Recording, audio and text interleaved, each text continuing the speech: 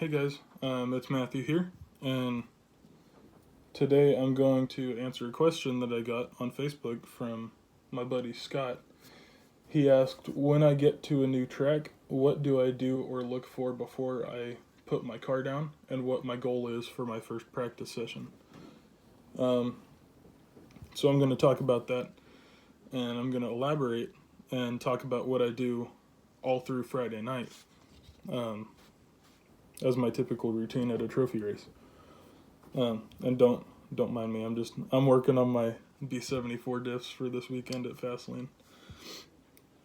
But it's a really good question. Everyone has their own routine.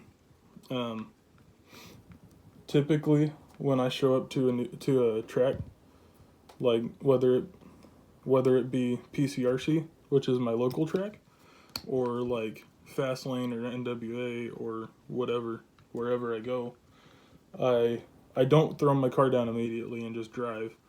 A lot of people do that and then they struggle for a while. Not everyone struggles when they do that, but I personally don't like doing that.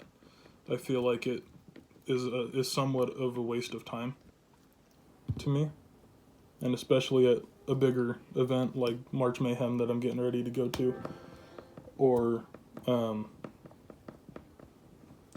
like the off-road jam this year had like 215 or 220 entries, I think. So it was a pretty good size event. Whenever I get to a track initially, I get my pit all set up and throw my cars on the charger if I don't have them already charged. Typically, I won't charge them before I go up to Kansas City because it's such a long drive. I don't really feel like because I would have to charge them the night before, and I don't really feel like leaving my batteries charged for that long. So first thing I do when I get to a track on Friday night is throw my cars on the charger and get my pit all set up, and then I go sign up and pay for my racing for the weekend. And then while my cars are charging, I usually go to the track and watch some practice and maybe marshal a little bit while other people are practicing, and watch everyone's line and see how the track is coming in and stuff like that. If it's a dirt track, if it's carpet, it doesn't really groove in like dirt does, and the track doesn't have to break in throughout the evening. So for carpet, I'll go watch people for about, depends on who's on the track really, and it could be anywhere from 5 to 20 minutes of me just watching while my cars are charging. To me, it helps me understand how the layout's going to flow whenever I get out there, and what lines I need to take and stuff like that, and areas to watch out for, because like some jumps are really tricky and then other jumps are not, and then some sections like at the last PCRC race, which was the inaugural Missouri Carpet Off-Road Championships race, we had this really tricky back section and off camber. They were two different sections, but they were the two trickiest parts of the track. I don't have any videos from that weekend, so I apologize about that. I wish I did now that I think about it. But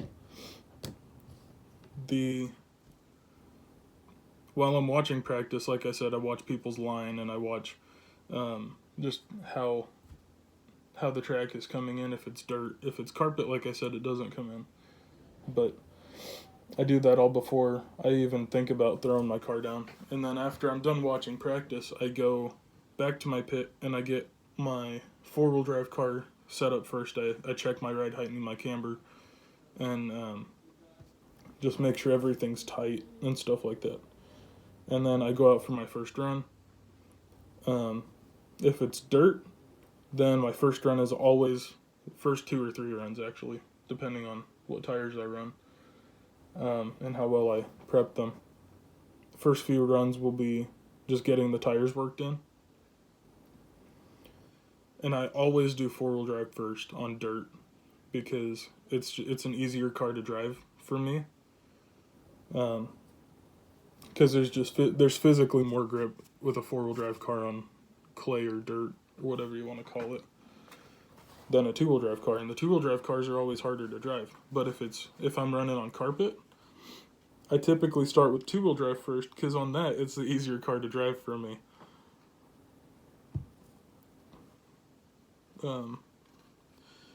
But my first run on carpet is basically just getting used to the layout, finding out what sections or what jumps or whatever I'm having a hard time with.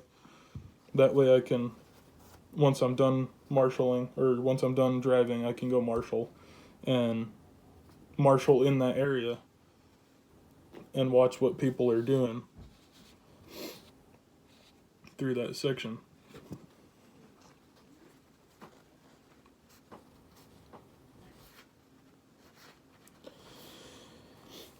And then once I get the track down on carpet, I run just a couple more times, usually maybe 5 or 6 runs total per car on Friday night. Unless I'm really struggling with one particular section, then I'll run that car more. Or if the setup's just way off, which it normally is pretty close, because carpet setups are carpet setups. As long as the track is smooth and the grip is somewhat high, your setup should be pretty close, if not dead on. And then he said, what is your goal of your first practice session? I went over that. So I'll talk about clay for a minute.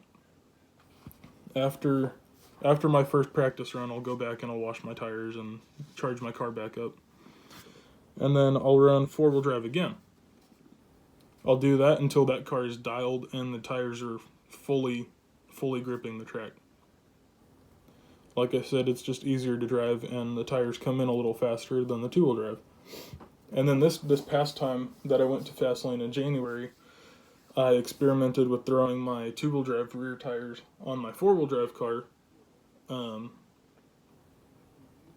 and getting them broken too, so I wasn't skating around with my two-wheel drive for a while.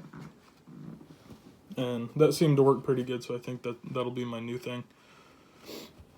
And then once I get those tires, I did one run on the two-wheel drive rear tires, and I think that's fine.